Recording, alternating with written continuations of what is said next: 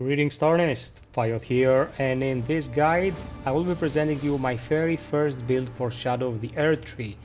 This one is focused on the aspect of the Crucible Wings Ash of War.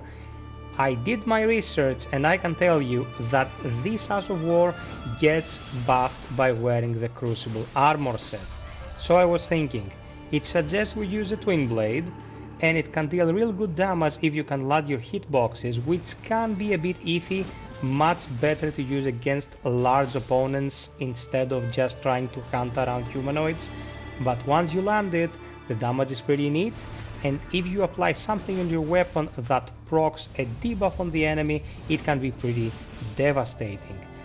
I will be presenting everything throughout the vid, the stats, the equipment, the way I handle things and alternatives, so I suggest you stick until the end. Please be advised, this is a PvE focused build. Don't come to me saying, oh, this is not good because there's no way you're hitting a person with it. You have been warned. Let's get to it. So, let's break the build down and see what makes it tick. We will start with the equipment. Our weapon is the quality Twinned Knight Swords plus 25. This is the quality iteration of the weapon. It will be Strength B and Dexterity B once you reach the 25th upgrade. It is the longest reaching of all the Twin Blades. I am not exactly sure if this applies to the Ash of War as well, but for general combat it sure as hell helps to have further reach, because sometimes you just get zoned by enemies and you die because you didn't make contact. The Gargoyle Twin Blade that some people tend to favor can out damage this, but it has the worst reach out of all of them, so I wouldn't really recommend them. There is a new one that became available with the DLC called the Black Steel Twin Blade, but I still couldn't find any solid stats on this thing, and it comes with faith scaling. I don't know how well this would translate to just physical damage, but for now I'll stick to what I know works, and that is the Twinned Knight Swords I've been using since the game first came out.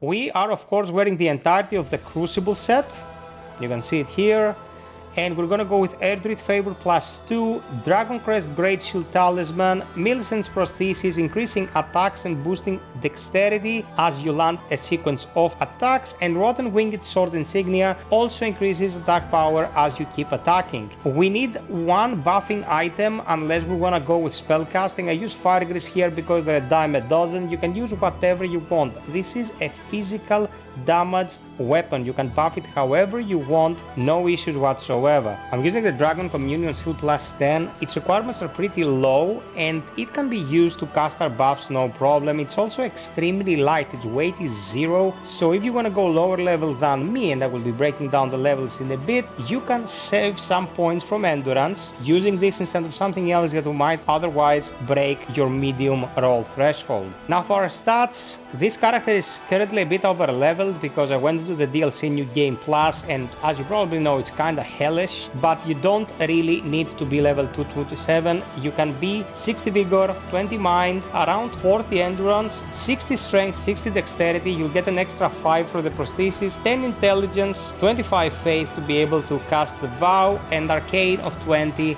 also not required. I want to have a little bit more item discovery, so that's why I went with a 20. Now I'm in the realm of Shadow, and here numbers are not what they are in the normal game, but you either want these numbers or you want the numbers from the lands between. So in the lands between, without the prosthetic, this weapon will deal 655 and 1115 in the Shade Realm. If you wear the prosthetics, you go to 1129 in the DLC, which is a pretty good number before any buffs are applied, before consecutive attacks increase our damage even further. Last but not least, the Flask of Wondrous Physique contains a Stone Barb Cracked Tear, temporarily makes stance break easier, and the Opaline Bubble Tear significantly negates damage received. The first one, self-explanatory. Charged heavies on a Twin Blade are very good for breaking stance. Not as good as the Ash of War on Eleanor's Pole Blade. We can always use that, but we kinda miss the point of the build. And Opaline is great because you can either absorb a hit or go in for the offensive in a risky scenario. If you pull it through, you're fine. If not, you just lose the Opaline and you don't take much damage.